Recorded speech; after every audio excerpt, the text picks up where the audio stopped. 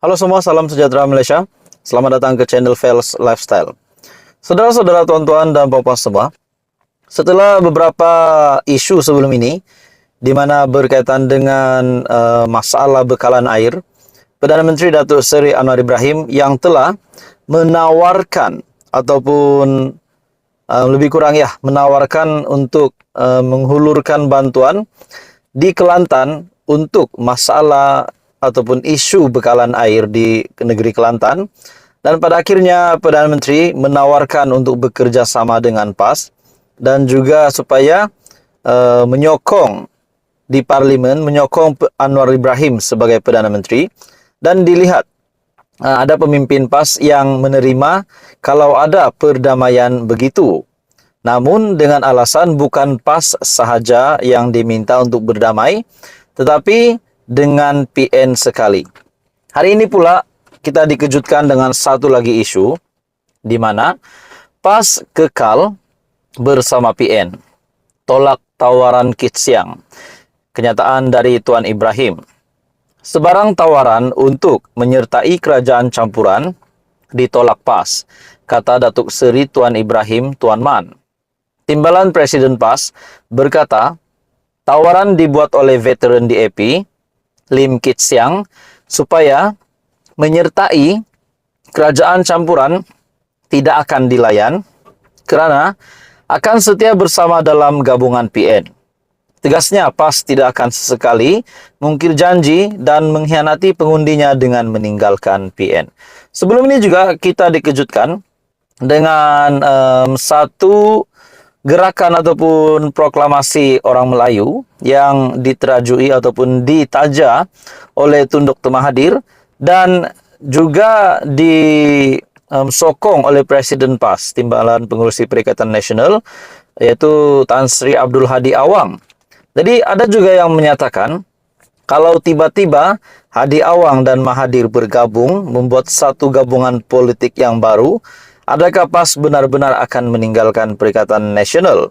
Dan pada akhirnya Muhyiddin ditinggalkan sendiri. Jadi itu menjadi spekulasi. Ramai orang berkata begitu. Jadi pada saya, saudara-saudara, tuan-tuan dan bapak semua, adakah relevan untuk Hadi Awang membuat pula satu gabungan politik baru bersama dengan Tun Dr. Mahathir? Disebabkan kita tahu Tun Dr. Mahathir telah ditolak oleh rakyat. Buktinya adalah pada pilihan raya umum ke-15. Sedangkan langsung satu kerusi pun tiada dimenangi oleh GTA, oleh Pejuang. Dan bahkan kerusi ahli Parlimen Langkawi pun Dr. Mahathir gagal untuk selamatkan. Nah, persoalannya saudara-saudara, kalau benar PAS akan berdamai dengan PH, berdamai dengan Anwar Ibrahim, dan barulah Datuk Seri Anwar Ibrahim akan mungkin ada yang mengatakan Perdana Menteri boleh berdamai dengan pembangkang dengan menawarkan kuasa, menawarkan peruntukan, menawarkan jawatan.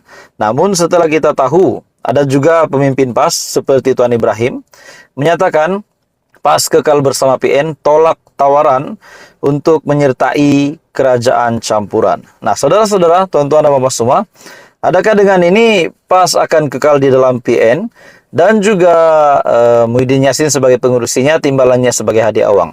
Jadi bagaimana pula dengan spekulasi bahwa Mahathir, kalau benar-benar Mahathir dan Hadi Awang bentuk satu gabungan baru, tidakkah yang digulingkan itu adalah Muhyiddin Yassin? Nah, itu menjadi persoalannya. Jadi saudara-saudara, itu hanya pendapat secara pribadi, hanya spekulasi. Jadi apa komen Anda? Teruskan bersama di dalam channel ini untuk info yang seterusnya. Jangan lupa tekan butang like, share, dan subscribe. Info padu, info hangat disediakan di dalam channel ini. Hai semua, salam sejahtera Malaysia. Selamat datang ke channel Fels Lifestyle. Akhirnya, yang dinanti-nantikan keputusan ataupun tindakan jawapan dari Perdana Menteri yang dinantikan ramai akhirnya telah terjawab hari ini. Akhirnya Perdana Menteri Datuk Seri Anwar Ibrahim dalam satu artikel mengesahkan berkenaan dengan kes saman Dr. Mahathir terhadap Perdana Menteri. Kes saman Dr. Mahathir, Anwar masukkan kehadiran. Nah, saudara-saudara, tuan-tuan dan puan-puan semua, dengan beraninya Tun Dr. Mahathir telah memfailkan saman terhadap Datuk Seri Anwar Ibrahim. Dan pada akhirnya Perdana Menteri Anwar masukkan kehadiran, di mana mereka berdua, kedua-dua pemimpin yang terkenal ini, akan berhadapan di mahkamah. Ini adalah berkaitan dengan kenyataan Datuk Seri Anwar Ibrahim, walaupun beliau tidak menyebut nama pemimpin tersebut, di mana pemimpin itu yang dalam satu ucapan oleh Perdana Menteri mengaut kekayaan untuk kepentingan diri, keluarga dan kroni, dan pada akhirnya Tun Dr. Mahathir yang merasakan ucapan itu ditujukan untuk beliau. Akhirnya Tun Dr. Mahathir pun telah memfailkan saman, kerana ucapan Datuk Seri Anwar Ibrahim itu adalah berbaur fitnah. Persoalan yang bermain di fikiran saya, tuan-tuan dan puan-puan semua, adakah adakah Datuk Seri Anwar Ibrahim sengaja membiarkan Tun Dr. Mahathir, sengaja membiarkan Tun untuk membawa ataupun mengheret beliau ke mahkamah, supaya bila di mahkamah bukan lagi cerita kopi-kopi, bukan lagi cerita dongeng, bukan lagi cerita kawan, tetapi yang paling serius disebabkan ada melalui proses undang-undang yang benar. Nah, pada akhirnya berkenaan dengan kes saman ini, Perdana Menteri Datuk Seri Anwar Ibrahim sudah memasukkan memorandum kehadiran terhadap tuntutan saman yang dikemukakan bekas Perdana Menteri Tun Dr. Mahathir. Memorandum itu difailkan firma guaman Thomas Philip yang mewakili Anwar pada 16 Mei lalu, yang disahkan Peguam Alif Benjamin Suhaimi. Pengurusan kes berkenaan ditetapkan pada 31 Mei.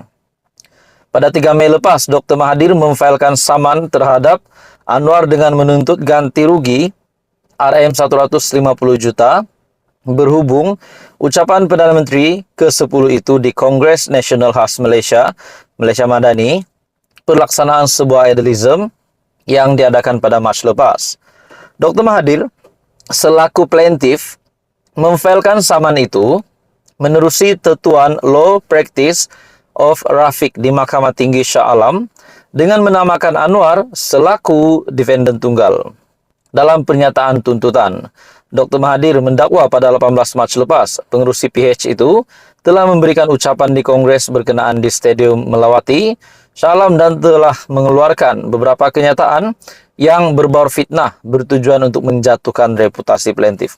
Nah, persoalannya saudara-saudara, adakah setelah mereka akan berhadapan di mahkamah, setelah kita tahu Datuk Seri Anwar Ibrahim yang pernah membuat kenyataan, dia minta bukti, saya bagi bukti. Seperti yang kita tahu, hari ini Datuk Seri Anwar Ibrahim sebagai Perdana Menteri juga memegang platform Kementerian Kewangan sebagai Menteri Kewangan. Mungkinkah, bagi pendapat saya saja, secara pribadi, mungkinkah Perdana Menteri Datuk Seri Anwar Ibrahim selaku Menteri Kewangan mempunyai file-file sulit yang lama, sehingga kan beliau telah mungkin mengkaji dan telah menemui file yang mungkin menyebabkan Datuk Seri Anwar Ibrahim membuat kenyataan bahawa memang pemimpin tersebut, walaupun tidak disebut namanya, telah mengaut kekayaan. Nah, baru-baru ini juga Perdana Menteri Malaysia Datuk Seri Anwar Ibrahim membuat kenyataan berkenaan dengan lesapnya RM4.5 triliun yang dikaitkan dengan rasuah dan ketirisan di 26 tahun yang kebelakangan ini. Jadi bila kita fikir balik, adakah RM4.5 triliun ini dapat dilibatkan dengan kepimpinan-kepimpinan yang lama? Ataupun kita juga boleh kaitkan dengan kenyataan Perdana Menteri Datuk Seri Anwar Ibrahim berkaitan dengan pemimpin yang disebutkan di dalam ucapan semasa Kongres Nasional PKR itu. Adakah pemimpin yang sama dikatakan oleh Perdana Menteri yang mengaut kekayaan itu juga mempunyai kaitan dengan RM4.5 triliun yang lesap itu? Jadi saudara-saudara, itu semua menjadi persoalan kita. Jadi apapun, kita sebagai rakyat Malaysia, kita menantikan apa sebenarnya yang berlaku, siapa yang salah dan siapa yang betul. Jadi teruskan bersama di dalam channel ini untuk info yang seterusnya. Jangan lupa tekan butang like, share, dan subscribe. Info padu, info hangat disediakan di dalam channel ini.